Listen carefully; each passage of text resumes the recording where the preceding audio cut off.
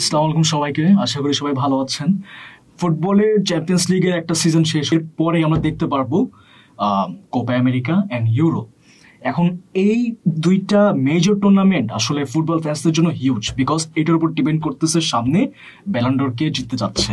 এটা বিশাল বড় একটা ডিবেট হবে আমরা জানি। এখন মাঝখান দিয়ে যদি মেসি আবার কোপা আমেরিকা জিতে যায়, MLS player of the season হয়, তাহলে আমরা জানি যে মেসি। আর যদি ভিনি যেতে তাহলে আসলে ফেসবুকে ভাই আমি কয়েকটা মিমস দেখছিলাম যে if this creature wins the Ballon d'Or তাহলে আমার ফুটবল দেখা শেষ। আবার বেলিংহাম জিতলে তো মানে ইংল্যান্ড যদি ইউরো জিতে তাহলে তো বেলিংহাম পেয়ে যাবে ব্যালন ড'র। এখন ভাই বেলিংহাম কি একা লাকি চার্ম হবে ইংল্যান্ডের ইউরো জেতার পিছে? তা না হলেও তোমার হচ্ছে বেলিংহামের কিন্তু রিয়ালে অনেক একটা ইফেক্ট ছিল, বিশাল বড় ইফেক্ট ছিল লা লিগা জেতার পিছনে। অবশ্যই লা লিগা বলা যায় যে ও সিঙ্গেল হ্যান্ডেড জিতাইছে। কারণ এখানে একটা কি যে স্ট্যাটস দিয়ে আমি বলবো না, কারণ বেলিংহামের স্ট্যাটস কিন্তু মোটামুটি ভালো, খারাপ না। মিডফিল্ডার হিসেবে তার গোলস অনেক, কিন্তু ওয়াচ একটা মানে অ্যাসপেক্ট আছে। ওকে, আমরা সেই ডিবেটে পরে আসি। আমাদের শো এর নাম হচ্ছে all about Copa and Euro 2024। So আমরা একটা সিরিজ বের করবো, এভাবে অ্যানালাইসিস করবো, স্কোয়াড হোক, টোটাল প্রেডিকশন হোক, আমরা অ্যানালাইসিস করবো স্কোয়াড ডেপথ, এন্ড আশা করি সবার ভালো লাগবে। সো আমরা স্টার্ট করতে পারি এখন। আজকে আমাদের টপিক হচ্ছে ব্রাজিল ন্যাশনাল টিম, যেটার স্কোয়াড ইতিমধ্যে ঘোষণা হয়ে গিয়েছে, এন্ড সেটা নিয়ে আজকে স্কোয়াডের ডেপথ অ্যানালাইসিস। কোপায় বোধহয় এবার 23 জন দিছে, কোপায় 23 জনের একটা স্কোয়াড দিয়েছে, যেখানে আমার একটা কমপ্লেন আছে ভাই, মিডফিল্ডার্স অনেক কম। আমার মনে হয় যে এটা রাখে নাই, কারণ হচ্ছে তোমাকে আমি বলতেছিলাম ওরা হয়তো 4-2-3-1 খেলার প্ল্যানিং 4-2-3-1 খেলার প্ল্যান করছে, যেখানে আমাদের 3টা উইঙ্গার সামনে খেলবে, 3টা হচ্ছে পেসি উইঙ্গার, অনেক স্পিডি। ওভাবে ঠিক আছে, কিন্তু আসলে মিডফিল্ডের একটা ডিসিপ্লিন আনে না। কিন্তু ব্রাজিল কিন্তু মিডফিল্ডের যে ব্যাকআপ হচ্ছে, এই ব্যাকআপ না থাকার কারণে, মিডফিল্ডের রসদ না থাকার কারণে কিন্তু ব্রাজিল অনেকদিন ধরেই সাফার করছে। কোপা আমেরিকা বলো, তারপরে তোমার হচ্ছে ওয়ার্ল্ড কাপ বলো, দুই জায়গাতেই ওরা কিন্তু মিডফিল্ডে মারা খাইছে। আসলে কি ওই ওয়ার্ল্ড কাপের থেকেই তারা লেসন আসলে পাওয়া উচিত ছিল, বাট পাই নাই। আর মিডফিল্ডার না আসলে তুমি কি করবা? সেটাও কথা। যদি সবাই সাম্বা করে সামনে গিয়ে আগায়, তাহলে তো আসলে মিডফিল্ড। কারণ হচ্ছে প্যাকেতা এবং তোমার ব্রুনো গুইমারেজ, ডগলাস লুইস, মোটামুটি 3 জন হচ্ছে প্লেয়ার। এখন এর মধ্যে যদি খারাপ খেলে এরা, এক্স্যাক্টলি, একজনের যদি ফর্ম না থাকে, ফর্ম তো খারাপ যাইতেই পারে, কেউ ইনজুরিতে পড়ে, তখন তুমি কাকে খেলাবা? কোনো প্লেয়ার নাই, এটা বিশাল বড় একটা ব্লো ফর। আবার ক্যাসেমিরোর অবস্থা খুবই খারাপ। ক্যাসেমিরো তো মানে ম্যানুতে যা দেখতেছি, আসলে ম্যানুতে তো যে যায় তার অবস্থাই খারাপ, যে যায় অবস্থা। এখন ওইদিকে তো তোমার ক্যাসেমিরো নাই, আর এরা আছে। এখন এদের যদি পারফরমেন্স একদিন খারাপ হয়ে যায়, যদি কোনো প্রেসিং টিমের সাথে খেলা পড়ে, যারা প্রেস করে হাই প্রেসে খেলতে পারে, হ্যাঁ, তখন তো চাপ খেয়ে যাবে। যেমন হচ্ছে বায়ার্ন যেরকম আছে, রিয়াল মাদ্রিদ যেমন আছে। না, আমি যদি কোপার প্রেক্ষাপটেই বলি, কলম্বিয়া, পেরু, তারপর হচ্ছে তোমার ফিজিক্যাল প্লেয়ার সব, চিলি, এদের সাথে খেলা পড়লে কিন্তু তখন কিন্তু চাপ খাবে অনেক, মিডফিল্ড তখন অনেক চাপ খাবে। অবশ্যই, দ্যাটস ইট। আমরা একটা কাজ করতে পারি, সেটা হচ্ছে যে ব্রাজিলের বেস্ট 11টা কেমন হতে পারে, এটা আমার মনে হয় আমরা একটা বেস্ট 11 বানাই। জি, ওকে, শিওর। ওকে, তাহলে প্রথমে গোলকিপার দিয়ে শুরু করি। এলিসন আমার ফার্স্ট চয়েস হবে, আপনার কি হবে? এলিসনই হবে, কারণ এডারসন ভালো, বাট এলিসন কি রাখবে আমার মনে হয়। এডারসনের রিসেন্ট কিছু ফর্ম ভালো ছিল না, কিছু পারফরমেন্স ভালো ছিল না, সো এলিসনকে রাখারই। গত কোপায় কিন্তু এডারসনই ছিল, হ্যাঁ, কিন্তু আসলে এবার মনে হয় এলিসনই থাকবে। তো সেন্টার ব্যাক তো দুইজন অলরেডি আমাদের আছে, এটা ফিক্সড। কোনো যদি দুর্ঘটনা না ঘটে, মার্কিনোস আর মিলিটাও আমার মনে হয় ফিক্সড, এটা এখানে চেঞ্জ হওয়ার কথা না। আশা করি দুর্ঘটনা ঘটবে। আর রাইট ব্যাকেও দানিলোই খেলবে, আর এই জায়গাটা আমার মনে হয় একটু ব্রাজিলের কমতি আছে। আমার কাছে মনে হয় যে দানিলো এবং ওয়েন্ডেল, এই দুইটা জায়গায় আমার মনে হয় একটু সমস্যা আছে। আমরা যদি রাইট ব্যাকে দানিলোকে চিন্তা করি, লেফট ব্যাকে তুমি কাকে রাখতে চাও? লেফট ব্যাকে ওয়েন্ডেল মোটামুটি ভালো আছে as far as I know, but এরপরে আরানা আছে। আমি জানি না সে কত ভালো প্লেয়ার, কারণ সে ব্রাজিল লিগে খেলে, কিন্তু ওয়েন্ডেল কিন্তু আমার কাছে কিন্তু ক্রিয়েটিভ ফুল ব্যাক যেটাকে বলা হয়, যেমন হচ্ছে মার্সেলো ছিল। মার্সেলোর কথা তুমি বললা, তারপরে আদ্রিয়ানো ছিল, দানিয়েল বেস ছিল, ওদের সময় রাইটে খেলতো, হ্যাঁ দানিয়েল বেস খেলতো রাইটে, লেফটে মার্সেলো। ওই সময় কিন্তু একটা ডেডলি কম্বিনেশন ছিল। বাট এখন আমার কাছে মনে হয় ব্রাজিল এই জায়গাটা অনেকদিন ধরে পিছিয়ে আছে, ফুল ব্যাকের জায়গাতে। সেই ক্ষেত্রে আমার মনে হয় বেস্ট 4 এই 4 জনই হবে, বাট এখানেও তাদের একটু কম। ড্যানিলোকে খুব একটা ভাইয়া জাতের মনে হয় না। আমি তো ওইটাই বললাম। ওয়েন্ডেলের কথা তো বললামই না, বাট ড্যানিলো আসলে জাতেন না। এখন আমরা মিডফিল্ডে আসি, মিডফিল্ডে ব্রুনো তো থাকবে। মিডফিল্ডে যদি 3 ম্যান মিডফিল্ড করা হয় তাহলে বোধহয় আমরা 4-3-3 কথা বলছি। প্রথমে 4-3-3, ব্রুনো, সিডিএম, তারপরে রাইটে প্যাকেতা, আর লেফটে হচ্ছে আপনার জোয়াও গোমেজ তারা আছে। এখন এখানে একটা প্রশ্ন আছে, আমি যে বারবারই কিন্তু বলছি যে ওদের মিডফিল্ডে কিন্তু ওরা স্কোয়াডে প্লেয়ার কম রাখছে। আবার তোমার দেখো অ্যাটাকার কিন্তু অনেকগুলো player, Vini, Rodrygo, Raphinha, Endrick, Martinelli, Savio, তারপর হচ্ছে আরো আছে ইভানিলসন, মানে বেশ কয়েকজন খেলোয়াড়। তো এতগুলো প্লেয়ারের মধ্যে 3 জন খেলবে আমার মনে হয় না। আমার কাছে মনে হচ্ছে 4-2-3-1 খেলার চান্স আছে। সেক্ষেত্রে তোমার যদি 4-2-3-1 হয় তাহলে আমার চয়েস হচ্ছে ব্রুনো আর ডগলাস, বাট কোচের চয়েস হবে ব্রুনো এবং পাকেতা। এটা হচ্ছে মানে বায়াসনেস থাকে। যদি আমরা 4-3-3 চিন্তা করি সেক্ষেত্রে অ্যাটাকিং এ কারা থাকতে পারে? 3 জন। অ্যাটাকিং এ অবভিয়াসলি আমাদের রাফিনা রাইটে থাকবে, বিকজ রাফিনার খেলা যতটা না মানে কনসিস্টেন্সি নিয়ে যদি আমি বলি খুব বেশি কনসিস্টেন্ট না, কিন্তু তার ক্রস গুলা একবারে এফেক্টিভ। এখন তার ক্রস গুলোকে গোলে পরিণত করার মতো খালি রদ্রিগো আছে, এর বাইরে আমি কাউকে। ওকে, তাহলে রদ্রিগোই আমার মনে হয় যে রদ্রিগো বেস্ট 11-এ সেন্টার ফরওয়ার্ডে খেলবে, আর লেফটে তো অবভিয়াসলি ভিনি থাকবে। ওই জায়গায় কোনো নড়চড়ই হবে না, কিছু হবে না। রেসিজম যদি না আসে তাহলে ও ওখান থেকে সরবে না। না সরার কথাও না, অ্যাজ পার হিজ পারফরম্যান্স। হ্যাঁ, তার performance is a very good player, অবশ্যই। এটা শুধু গুড না, বেটার এন্ড বেস্ট মানে right now the best left winger অবশ্যই। আচ্ছা, তো সেই ক্ষেত্রে গেল হচ্ছে 4-3-3 টিম। জি, এর হচ্ছে আমরা কিছু এদের ব্যাকআপ কোথায় আছে? ব্যাকআপ আছে হচ্ছে ভিনির ব্যাকআপ আমি বলি, মার্টিনেলি আছেন, মার্টিনেলি আর্সেনালে মোটামুটি ডিসেন্ট পারফরম্যান্স দিয়ে আসতেছে, বাট ভিনির মতো মানে পারফরম্যান্স না। আমার মনে হয় যে যদি কোনো ম্যাচে ক্লিক না করে, দেখা গেল ভিনি খুব খারাপ খেলে বসে। জি অবশ্যই, ভিনি এখনো ইয়াং, সো ওকে সাব করার মতো যাইতে পারে, সাব করানো হইতে পারে যদি মানে অ্যাক্সিডেন্ট কোনো করে। এছাড়া আমার মনে হয় না মার্টিনেলি ম্যাচ পাবে। অবশ্যই।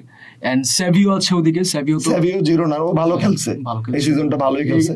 জিরোনা তো এই সিজন লা লিগা ভালো খেলছে, বার্সাকে কয়দিন সেভিও চান্স পাইতে পারে, মানে বলা যায় না। ম্যাচের সিচুয়েশন 8 মিনিটে যদি নামাইতে পারে তাহলে নামাইতে পারে, সিচুয়েশন ডিমান্ড করে যে কখন কাকে প্রয়োজন হতে পারে। তবে এনরিক ম্যাচ পাবে, Endrick definitely match. Endrick best 11-এ না থাকলেও আমার যেটা মনে হয় শেষ দিকে রদ্রিগোকে সাব না করে রাফিনাকে সাব করে রদ্রিগোকে রাইটে দিয়ে তারপরে এনরিকে সিএফ দিতে পারে।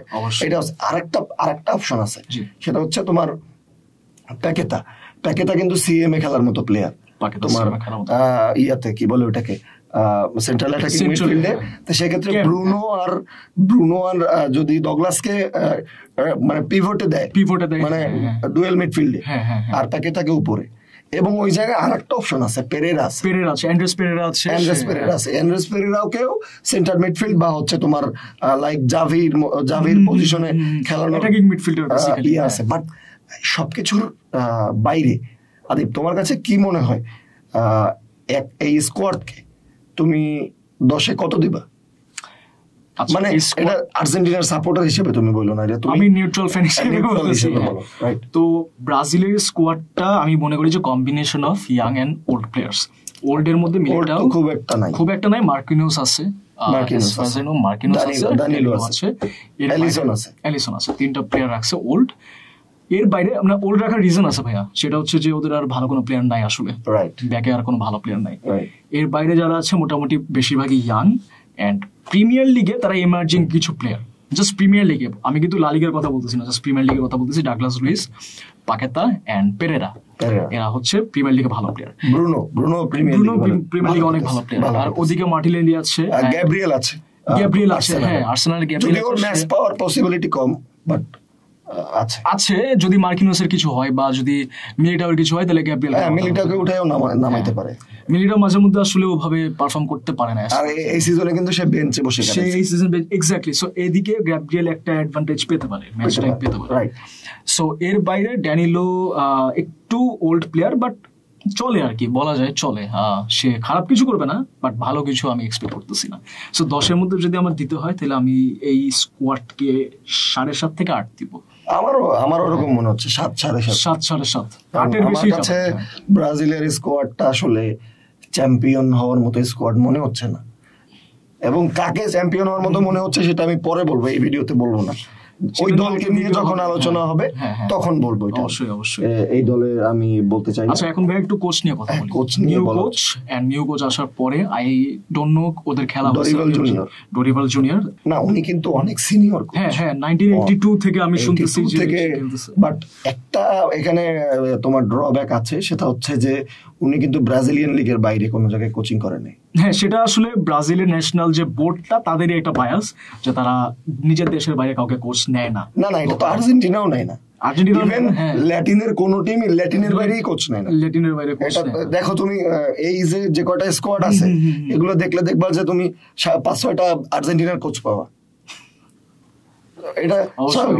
আর ব্যাপার হচ্ছে উনি মনে হয় Santos, Sao Paulo, Flamengo, Palmeiras, Atletico Mineiro সবগুলা মানে মোটামুটি বেসিক্যালি যত টপ ক্লাবগুলো আছে ব্রাজিল ইন্টারন্যাশনাল আমি দেখলাম সবগুলোতেই উনি কোচিং করাইছে।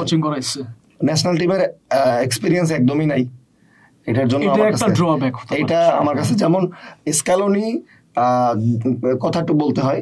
স্ক্যালোনি ন্যাশনাল টিমে তাকে ডিরেক্ট কোচ বানানো হইলেও তিনি কিন্তু সাম্পাওলির সহকারী হিসেবে ছিল, তো মোটামুটি ন্যাশনাল টিমটা ম্যানেজ করা সে পাশের থেকে দেখছে, তো এইটা একটা পয়েন্ট ছিল। তো সেইখান থেকে আমার মনে হয় ব্রাজিল এই জায়গায় একটু, বিশেষ করে যখন যদি আমরা তো দেখলাম যে যেভাবে ফিকচার হয়েছে সেভাবে ব্রাজিল আর্জেন্টিনা আবারও ফাইনাল হইতে পারে, সম্ভাবনা আছে। তো সেই ক্ষেত্রে আবার যদি স্ক্যালোনি সামনে পড়ে এলো থেকেই রুলড আউট, মানে তোমার এই আউটক্লাস করছিল স্ক্যালোনি তার ট্যাকটিক্স দিয়ে। সেক্ষেত্রে আমার মনে হয় যে প্রচুর অ্যাগ্রেসিভ ছিল, মানে আর্জেন্টিনার যে অ্যাকচুয়াল যে খেলাটা কাউন্টার অ্যাটাক বা যেটাই বলি আমরা, সেটা কিন্তু হয়নি ওই দিন, পুরো অ্যাগ্রেসিভ। এবং এখন কিন্তু তোমার ল্যাটিন আমেরিকার সবচেয়ে বড় প্রতিনিধি, মানে সবচেয়ে বড় প্রতিদ্বন্দ্বী হতে পারে উরুগুয়ে কিন্তু এখন টপ নচ পারফর্ম করছে, আর্জেন্টিনাকে হারাইছে। সো ব্যাপার হচ্ছে যে আমার মনে হয় না এদের সাথে খেলা হইলে ওনার ট্যাকটিক্সটা কি হবে, মানে বড় ম্যাচের টেম্পারেচারটা অ্যাবজর্ব করার মতো ক্যাপাবিলিটি ওনার হবে কিনা এইটা নিয়ে প্রশ্ন আছে। সেই হিসাবে আমার মনে হয় এটাও আসলে আমরা যে একটা কোচ যার এক্সপিরিয়েন্স আসলে ন্যাশনাল টিমের নাই কিন্তু ক্লাব লেভেলে অনেকদিন ধরে আছে, তার হয়তো আবার ভালো করে বসতে পারে, কারণ হচ্ছে অনেকদিন ধরে যদি অবজার্ভ করে থাকে, প্লেয়ারদের সাথে যদি কানেক্ট করে থাকে, পরে গিয়ে ভালো করতেও পারে। কন্ডিশনটা একটু কাছাকাছি কন্ডিশন, সো দেখা যাক কি হয়।